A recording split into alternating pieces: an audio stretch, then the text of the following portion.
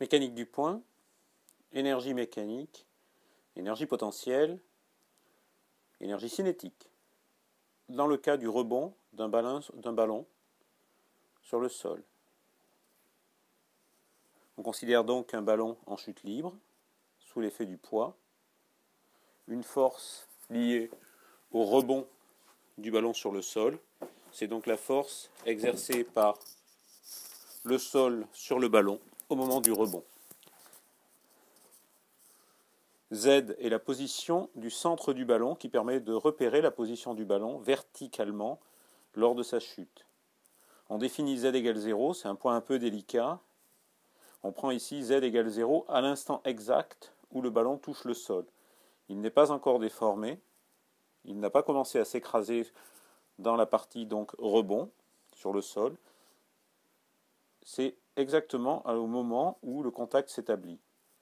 Ça signifie que dans ce cas-là, le centre du ballon continue à descendre et qu'il y a la possibilité d'avoir Z négatif. La force totale qui s'exerce sur le ballon est donc la somme de trois forces. Le poids, la force exercée par le sol sur le ballon au moment du contact et du rebond, plus la force de frottement due à l'air. On fait une hypothèse qui vaut ce qu'elle vaut, mais qui est somme toute assez raisonnable, c'est que ce frottement dans l'air est négligeable. On n'en tiendra pas compte dans la suite de cette présentation. On peut donc alors essayer de tracer au moins approximativement, pour se donner une idée, l'évolution de la force totale sur le ballon en fonction de la distance Z lors de la chute, puis au niveau du contact. Donc lorsque Z égale 0, on a le contact qui s'établit, et une force répulsive, le ballon ne va pas rentrer dans le sol, une force répulsive qui s'accroît rapidement et qui correspond en fait au rebond et qui va donc être à l'origine du rebond. Par contre, dans toute la phase de chute libre à la montée, à la descente, on a une force unique qui est le poids moins mgk.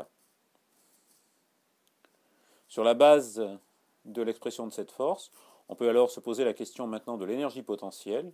Pour la partie liée au poids, donc l'énergie potentielle s'écrit mgz, et on fait l'hypothèse que l'intégration de la force exercée par le sol sur le ballon conduit encore une fois à une énergie potentielle variant extrêmement rapidement au voisinage de zéro, qui est représentée relativement approximativement ici, mais ce n'est pas l'essentiel du propos. Ce qui compte, c'est qu'on a un effet qui est brutal et rapide, lié au contact du ballon avec le sol, et qui contribue à une énergie potentielle qui est E-sol. À partir de là, maintenant, on peut se préoccuper de l'évolution de cette énergie totale et des formes de l'énergie mécanique au cours de la trajectoire du ballon. Donc l'énergie totale mécanique du ballon s'écrit, énergie cinétique, plus l'énergie potentielle, que l'on décompose en deux termes, un terme lié à la gravité, au poids, mgz, et un terme lié à l'action du sol sur le ballon.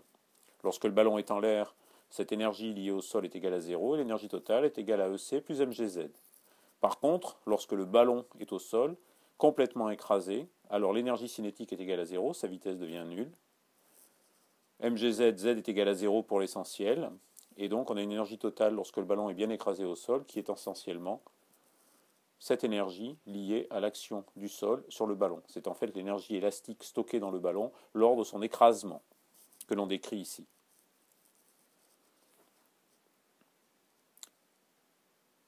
À l'état initial, donc, on prend le ballon en haut, sa vitesse est donc nulle puisqu'il est en haut, sa hauteur, son altitude est grand H et son énergie totale est donc ici égale à mgh. On considère qu'il n'y a pour le moment aucune dissipation, y compris au niveau du rebond, donc ce serait un mouvement complètement hypothétique dans lequel le ballon rebondirait toujours à la même hauteur. Ça n'existe pas, mais pour quelques instants considérons-le ainsi. Donc énergie totale égale une constante, c'est-à-dire que la dérivée de l'énergie totale par rapport au temps est égale à 0. Alors, on va utiliser ce diagramme de l'énergie en fonction de la distance. On porte une énergie totale qui est égale à mgh lorsqu'on est à la hauteur h. Donc on a le point sur la courbe rouge mgz dans cette partie-là à droite. Le ballon maintenant descend, son altitude diminue, son énergie totale est conservée. Et la différence en fait entre l'énergie totale qui est évidemment la droite horizontale qui ne dépend pas de la distance et maintenant la droite mgz, eh bien cette différence est simplement l'énergie cinétique. L'énergie totale dans cette partie-là où il n'y a aucun contact avec le sol est inexistant dans cette phase-là, avant la chute, avant l'arrêt, bien entendu, énergie totale égale mgz plus énergie cinétique est égale à mgh. Donc la construction géométrique souligne immédiatement que l'énergie cinétique est le segment de droite entre cette droite horizontale à énergie totale égale mg grand H et la droite descendante de pente mg qui est E potentiel égale mgz. Donc on voit bien sur le dessin en vert la représentation de cette énergie cinétique à l'altitude petit z inférieure à grand H. Donc, maintenant, on arrive juste avant le contact.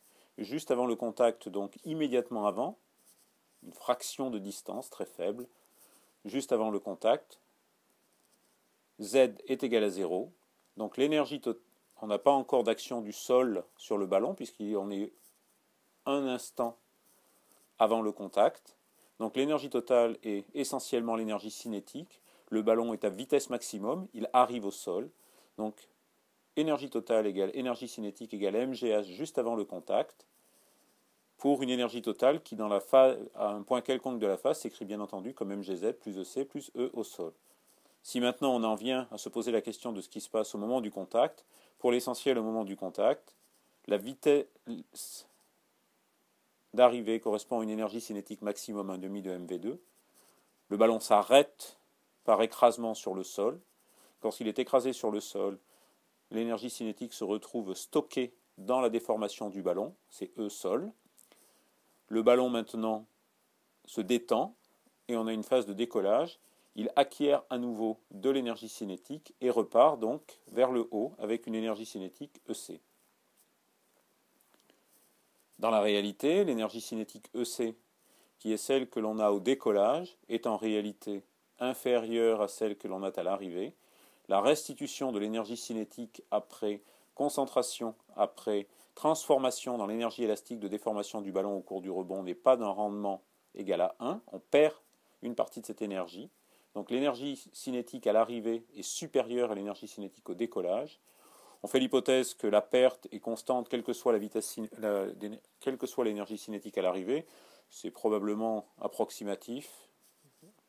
En réalité, peu d'idées sur la question, mais admettons-le pour la description ici dans le cas le plus simple possible. Et donc l'énergie cinétique au décollage est égale à l'énergie cinétique à l'arrivée moins delta E, avec un delta E qui est positif. C'est ici l'énergie perdue lors du choc. On peut alors maintenant mettre à profit la représentation de l'énergie potentielle et de l'énergie totale et cinétique dans le diagramme énergie en fonction de Z. On part donc de l'altitude grand H. À t égale 0, on est sur le point bleu le plus à droite et le plus élevé sur la courbe en rouge mgz. L'énergie cinétique augmente, énergie totale constante, on vient jusqu'au sol.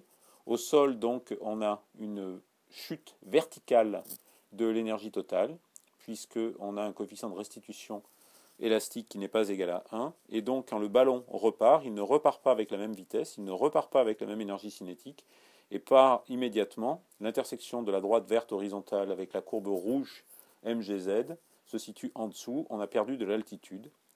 Donc on est à une altitude z au premier rebond qui est inférieur à h, et ainsi de suite, puisqu'à chaque rebond, on perd une quantité d'énergie delta E.